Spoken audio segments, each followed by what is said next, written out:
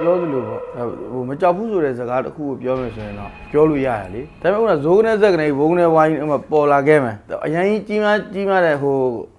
တိုက်ကြီးတာကြီးထဲမှာတယောက်တည်းနေကြရမယ်ဆိုရင်ရောအဲ့ချိန်မှာမိပြတ်သွားတဲ့အချိန်မှာရောဒါပေမဲ့လူရဲ့စိတ်ကဒီတိုက်အိတ်တအိမ်မှာတိုက်ခန်းတစ်ခန်းမှာပဲအိတ်တအိမ်မှာဖြစ်တကယ်နာနာဘောကတကယ်ရှိရမရှိဘူးဆိုတာအဲ့လူကသူ့ကိုအလိုလျောက်ကိုသိတယ်အလိုလျောက်ကိုသူ့ရဲ့ဆိုင်းရပြတယ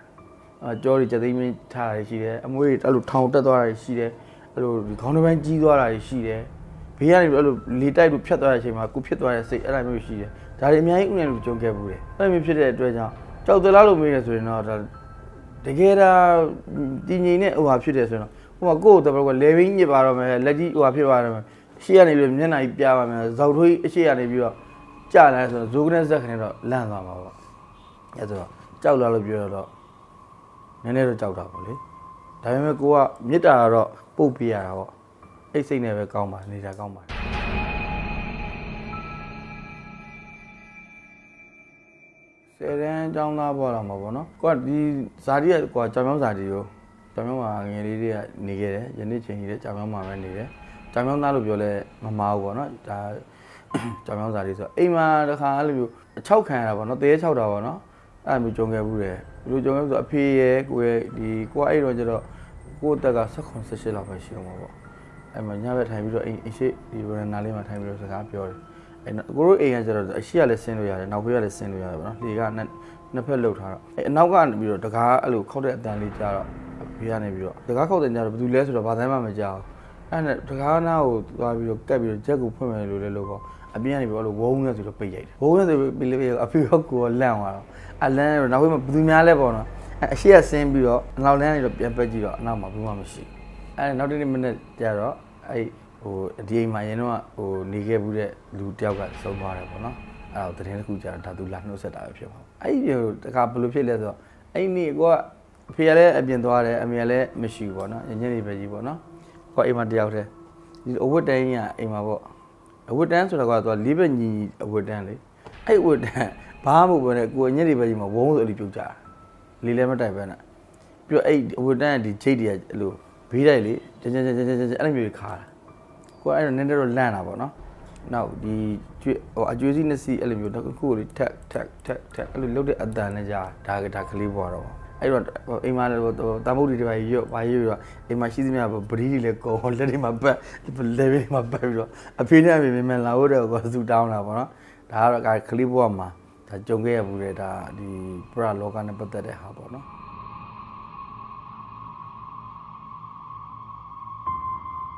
နောက်ဒီရုပ်ရှင်ရဲ့ကွင်းမှာရရင်လည်းကတော့ဒါပုတ်ပွားမှာဖြစ်တဲ့ဟာပေါ့ကိုတို့နဲ့ပါခဲ့တဲ့လူတွေဆိုရင်တော့ဒါတော်တော်များများသိကြမှာပါအဲ့ချင်းတစ်ချက်မှာကိုတို့တွားရိုက်တာတွားရိုက်တော့ဒါဟိုဂျွန်ကိုနဲ့ကိုတွားရိုက်တာပေါ့နော်ကိုတို့ဂျွန်ကိုနဲ့တွားရိုက်တော့အဲ့ဒီမှာဒီ fighting ဇဝင်ကန်ရိုက်တဲ့အခါကျတော့ငပြောပင်ကိုကဒီဓာတ်ဟိုပေါ့အရာပေးပြီးတော့ဂျွန်ကိုကအဲ့လိုကန်လိုက်တဲ့အခါမှာဒီငပြောပင်ကပြစ်လဲသွားတာပေါ့နော်အဲ့ဇဝင်ကန်လေးရိုက်တာဒါပေမဲ့ငပြောပင်မှာဘာဘလို့အဆောင်ရှောက်ရှိတယ်ဘယ်သူပဲစောင့်နေဆိုတော့ဒါတွေကကိုတို့ကဒါရိုးသားမသိခဲ့ဘူးအမှန်အဲ့ဒါဒ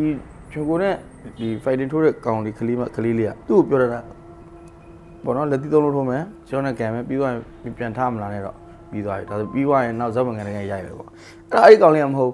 ်ပြီးသွားတော့ပြန်ထားလာအဲ့ဒါမှဂျွန်ကိုနဲ့ပြန်ထိုးအဲ့လိုဖြစ်လဲဖြစ်ရောအဲ့ကောင်လေးဝုန်းစုပြစ်လဲပါပြီမျက်စိကဟိုအဖြူပဲရှိတော့တယ်အမဲကမရှိတော့အဲ့ခုတော့ပါရဖွဲ့တွေဟာဘာဖြစ်တာလဲပေါ့နော်တခြားဟိုဆူတောင်းပါညာပြီးတော့ဖျားစာပါညာရွေးလဲရွေးပြီးတော့ငြိမ်ကြပါဗျာညီလေးညီကြပါလဲပါပြီးတော့အဲ့ညီညမှာကိုတို့ဒီအဖွဲတွေကပေါ့တငယ်ချင်းအချင်းချင်းစကားထိုင်ပြောနေနဲ့ဒါနာမည်တော့ထိုင်မပြောတော့ဘူးထိုင်နေတက်နေတော့တယောက်တော့ဓာတ်နဲ့ထား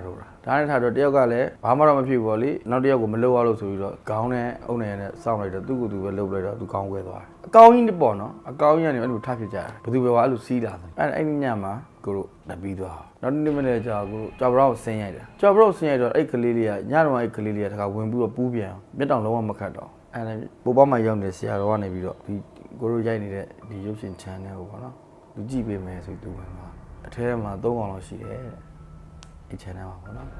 ်အဲ့ချက်ချင်းဒီ channel ကနေပဲပြေးပေါ့လူချင်းမို့လူ3ယောက်ခေါ်မယ်ဆိုပြီးပြောတာဘာပြောကောင်းလဲတော့ဘာလို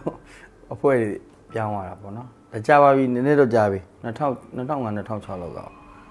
အဲ့တုန်းကတော့ပို့ပေါ်မှာရုပ်ရှင်ဖွဲ့တော်တော်များများစုံနေတဲ့အချိန်ပေါ့တော်တော်များများနာမည်ကြီးသွားတယ်ဒါအဲ့တုန်းကဒါတကယ်ဒါပရနဲ့ပတ်သက်ပြီးတော့ဖြစ်ခဲ့တဲ့ဟာပေါ့နော်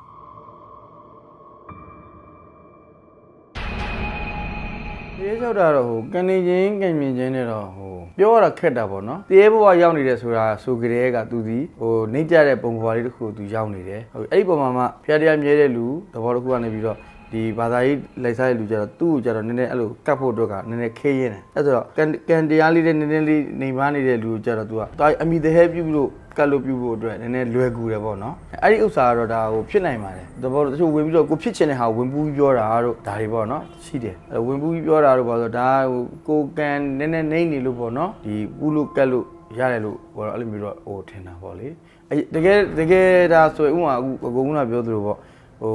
ဘုန်းကြီးတစ်ပါးကိုတရေကဝင်ကတ်ပြီးတော့ပြောတယ်ဆိုတာမျိုးရှိမှမရှိတာကြားမှမကြားခဲ့ဘူးလားအဲ့တော့ဘုန်းကြီးဆိုတာကကိုယ့်ရဲ့လူပုဂ္ဂိုလ်ထက်တာမန်လူပုဂ္ဂိုလ်ထက်သူကမြင့်မြတ်တဲ့ဟိုပုဂ္ဂိုလ်ဖခင်ရဲ့သာသနာအရေးကိုခြုံလွှမ်းထားတဲ့ပုဂ္ဂိုလ်ဖြစ်တဲ့အတွက်ကြောင့်သူတို့ဆိုတာဘလို့မှဝင်ပူးမကတ်နိုင်ဘူးလေဒီပုရုဇဉ်လူကိုပဲလာပြီးတော့ကတ်နိုင်တယ်အဲ့ဒါတော့မှတို့ကဒီဘာသာရေးတရားနည်းနည်းလေးနေပါနေတဲ့လူကိုယ့်ရဲ့ကန်တာနည်းနည်းညံပြင်းနေတဲ့လူကိုတော့ဝင်ပူးပြီးတော့ကတ်ပြီးတော့ပြောတာတို့သူဖြစ်ချင်တာလေးတွေဆူတောင်းပေးပါလို့ဒါမျိုးတွေရှိတယ်ဒါအဲ့လိုမျိုးလေးဟုတ်ပါလိမ့်မယ်လို့ထင်ဘယ်လောက်ကြီးပဲကောင်းမှုကုသိုလ်ပဲလုပ်ထားတည်တဲ့အချိန်မှာအဲ့ဇောပြတ်ဖို့လိုတယ်ပေါ့နော်ဒါအကိုတည်းညံပြီးတဲ့လောက်ပေါ့နော်ဆရာကြီးသမားကြီးပုံစံမျိုးတော့ကိုယ်ပြောတာမဟုတ်ပါဘူးကိုနားလေတဲ့လောက်ကိုညံပြီးတဲ့လောက်ကိုတီးတဲ့လောက်လေးဒါကိုပြောပြတာပေါ့အဲ့တည်တဲ့အချိန်မှာဆိုတော့ဇောကတ်တဲ့အခါကျတော့တည်သွားတဲ့အချိန်မှာကိုသားကြောက်ပုံမိဘကြောင့်ကိုပစ္စည်းဥစ္စာကြောင့်အဲ့အချိန်မှာဖြစ်သွားတဲ့အတွက်ကြောင့်မကောင်းတဲ့ဥစ္စာချက်ချင်းရောက်သွားနိုင်တယ်ပေါ့နော်မကောင်းတဲ့ပုံစံတစ်ခုရောက်သွားတဲ့အခါမှာအမြတ်တမ်းကိုကပေးဝေတဲ့အခါမှာဟိုတာရုခေါ်လို့ရနိုင်တဲ့လူရှိတယ်တာရုခေါ်လို့မရတဲ့လူလည်းရှိတယ်ကိုအမြတ်ပေးတဲ့အချိန်မှာဟိုအဝေးကြီးကိုရောက်နေတဲ့လူတွေလည်းရှိတယ်သူစိတ်နဲ့သူတော့သွားအဲ့အချိန်မှာသွားရောက်သွားကြတာဒီအမြတ်တမ်းပေးဝေဆိုတဲ့အခါကျရင်လည်းကိုယ့်ရဲ့ဒီ design make ရဲ့အကျော်မှာဟိုဒီရက်လက်စွန်းတွတ်တာတော့ဘာလို့ဆိုတချို့ဆရာတော်တွေပြောပြရလေသေချာ3ချိန်3ကခေါ်ဒီဟိုကွယ်လွန်သွားတဲ့လူကိုသူတကယ်တာရုခေါ်လို့ရအောင်ကိုအိမ်ရဲ့ design make ကနေပြီးတော့ကြော်ပြီးတော့မှခေါ်ပါတော့ဒါကတော့အခုလက်ရှိလို့တော့လုပ်နေတဲ့ရှေးအယူဆတွေပဲဒါမျိုးဖလာရဆင်းသက်လာကြတာပဲအဲ့ရဲ့နီးစနစ်အတိုင်းတာရအကုန်လုံးလုပ်နေကြတာပါဘယ်နေရာပြည်သက်ပဲရောက်တဲ့ကျောင်းကဘုရားပဲဖြစ်ဖြစ်အိမ်ဟောင်းပဲဖြစ်ဖြစ်ဇရက်ပဲဘယ်လိုပဲဖြစ်ဖြစ်ရောက်တဲ့နေရာလေးတွေမှာအများတန်းပြီးပြီပေါ့နော်မေတ္တာဘုရားနေရာမှာကျွတ်ထိုက်တဲ့လူလေးရှင်ကျွတ်ကြပါစေကိုယ့်ရဲ့ဟိုပြုခဲ့တဲ့ကောင်းမှုကုသိုလ်ကဒနာသီလပါမှာပေါ့နော်ကောင်းမှုကစိတ်နဲ့ဆိုကြောင့်ဒီလိုလေးတွေလည်းဒီနေရာရှိတဲ့လူတွေကိုယ့်ရဲ့အများပေးဝေတဲ့အောင်ရရှိပြီးတော့တာရုအနုမောဒနာခေါ်ဆိုနိုင်ပါစေဆိုပြီးပြောရင်ဒါသူတို့တွေအတွက်အထောက်ပံ့လေးတွေဖြစ်မှာပေါ့ကိုကအဲ့လိုပဲလုပ်ပါတယ်